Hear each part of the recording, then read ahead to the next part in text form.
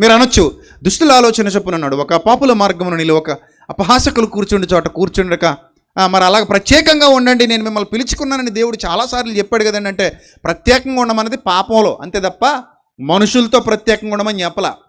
దేంట్లో ఉండాలి ప్రత్యేకత? దేంట్లో ఉండాలమ్మా ప్రత్యేకత?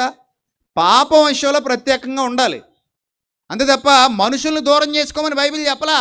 మీ చుట్టుపక్కల వాళ్ళు, మీ బంధువులు, మీ స్నేహితులు అందరితో కలిసిమెలిసి ఉండాలి.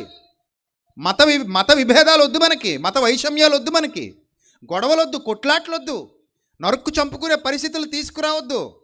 హిందూ, ముస్లిం, క్రిస్టియన్ భాయ్ భాయ్ అన్నట్టే ఉండాలి. అర్థమైందా? సత్యం ప్రకటించడం మన బాధ్యత కాబట్టి మనం ప్రకటించుకుంటూ వెళ్ళిపోతాం, ఎవరికి నొప్పి కలిగించకుండా, ఎవరిని ఇబ్బంది పెట్టకుండా. సత్య సువార్త ప్రకటించడం మన బాధ్యతే, సువార్త భారం మనకుంది, కరెక్టే.